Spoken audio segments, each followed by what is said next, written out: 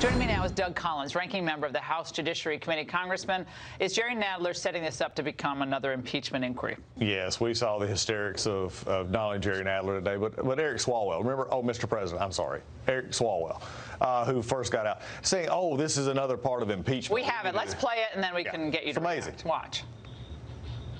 Might you impeach him over this, over Roger Stone and the sentencing? You know, we're not going to take our options off the table. We're not going to let him just, torch this democracy because he thinks that he's been let off once and we're not going to do something about it.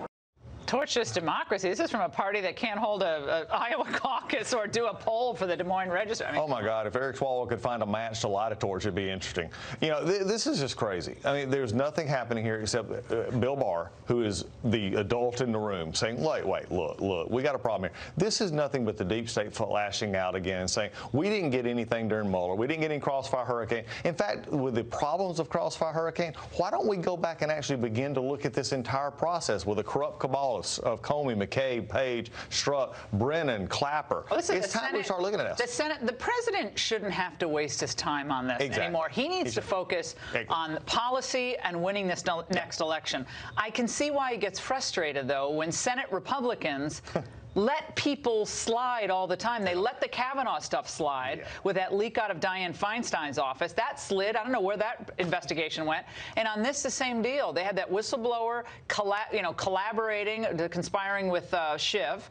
And now what? What are we going to? When is anyone going to pay for this? But the president shouldn't have to worry about this, Congress. No, and I think he needs to look forward and say exactly what he's done for the American people. That's why this turnout's so bad. That's why when I travel across the country, when I travel across the state of Georgia, they're saying, why do they keep attacking the president? He's doing good. Look, it's time for members of Congress in the House and the Senate to stand up on the Republican side and say, enough of this crap out of the Democrats. Enough of this attacking the president. And this constant investigation, this constant demeaning of him, this constant trying to smear him is only one reason. They have a clown car bunch of candidates for the president. They're not going to win because the president has the best message, the best messenger in himself, and he's showing the world what we can actually do here. This is the part that I want our Republicans to stand up and share the message of conservatism that actually matters to all Americans. But the philosophy matters. I mean, I think as Reagan understood, I think the president at his core understands this. When he gives a great speech on foreign policy, you understand why America First has strengthened us and kept our allies safe. Because the more prosperous we are,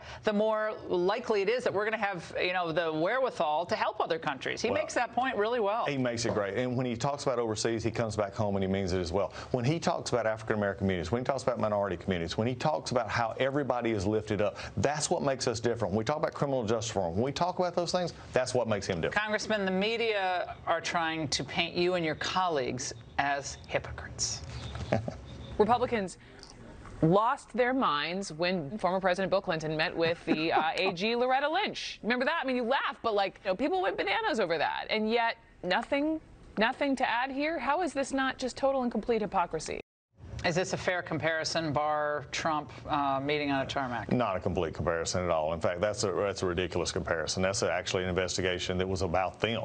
When we look at this, the president made a comment about this. He's talking about an investigation that we've already proven had significant holes in it.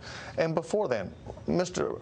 Attorney General Barr had this information beforehand. He was not influenced by this. He had already began to look at this. So again, let's do away with the hysterics. Let's do away with I can't wait till he's up there, though. I love Barr. Wait. At these hearings, I love it. Like, well, what about this? And he's like, I love how he sits and he goes, no. Yeah. Well, no, he just doesn't treat someone with such contempt. I'm sorry, I love Bill, but Bill Barr is awesome, okay? I love how he drips with absolute condescension to their hysterics, and I hope he does it again. Oh, I think he will. Educate and school these people. Congressman, great to see you tonight, as always. And I'm glad they didn't rough you up there too much at BC Law School. I heard about that that's very good. event. All right, Congressman, thanks so much.